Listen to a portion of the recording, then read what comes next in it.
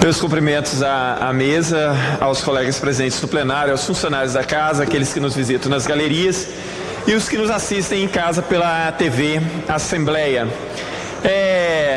Gostaria de parabenizar o deputado Rodrigo Coelho pelo seu discurso a respeito da questão da tolerância e da divergência de ideias. Nunca, nesse país, a intolerância foi tão grande em relação a ideias diferentes.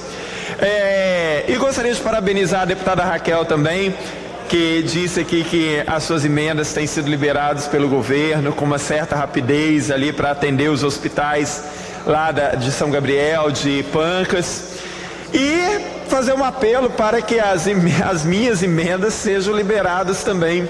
Eu também, deputada Raquel, boa parte das minhas emendas foi para a área da saúde, principalmente para o Hospital de Santa Maria de Jetibá, e grande parte das demais emendas para as pestalozes e para as APAES. Eu espero queimar a minha língua e no final do ano poder dizer assim: olha, não é verdade que o governador só libera emenda da base aliada. Ele libera as emendas de acordo com a necessidade da população, de uma forma republicana e democrática. Assim, espero que seja. Hoje, quando a gente observa, hoje pela manhã, no Bom Dia Brasil, falava novamente do problema da saúde pelo país afora e por estado, assim como o problema da segurança é algo cotidiano. É uma coisa curiosa que no Brasil, ainda, os projetos, quando são feitos pelos gestores, são quase sempre no sentido de resolver o problema depois que ele já aconteceu. Por exemplo, quando se fala em combater a violência, se pensa imediatamente em aumentar o número de policiais na rua, aumentar o número de presídios, reduzir a maioridade penal e não sei mais o que. Quando se fala em resolver o problema da saúde, sempre na questão de aumentar o número de postos de saúde, aumentar o número de hospitais, aumentar o número de ambulâncias. Não que isso não seja necessário.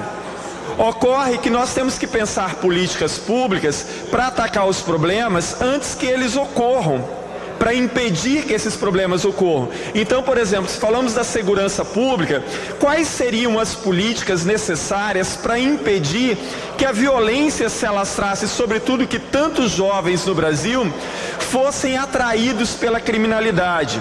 Então, isso poderia ser reduzido de uma forma muito eficiente se os gestores públicos, tanto em âmbito municipal, quanto estadual, quanto federal, oferecessem efetivamente um sistema educacional de qualidade para todos, com condição de acesso e permanência para os alunos, qualificação de professores, remuneração de professores, e isso resultaria em um processo educacional e em oportunidades para os jovens que com certeza teriam um reflexo muito significativo nas questões relativas à segurança pública. Da mesma forma, se nós tivéssemos um sistema educacional muito mais eficiente do que temos e houvesse investimentos, se os gestores públicos observassem as metas do Plano Nacional de Educação, dos planos estaduais, dos planos municipais, então é claro que também o problema da saúde pública seria menor. Nós teríamos menos pessoas adoecendo, porque muito claramente uma pessoa com maior conhecimento, muito melhor informada, adoece menos, tem menos problemas de saúde. Então, as políticas públicas que existem no Brasil, elas são feitas sempre na ótica de resolver o problema depois que o problema já existe. E quase não existem políticas públicas para impedir que o problema ocorra, ou seja, atacando o problema na base. E eu não canso de repetir que para isso nós precisamos de políticas educacionais infinitamente melhores do que essas que existem. E aí as pessoas têm dito assim: porque você muitas vezes critica o governo, mas não propõe. Não se tem que reinventar a roda.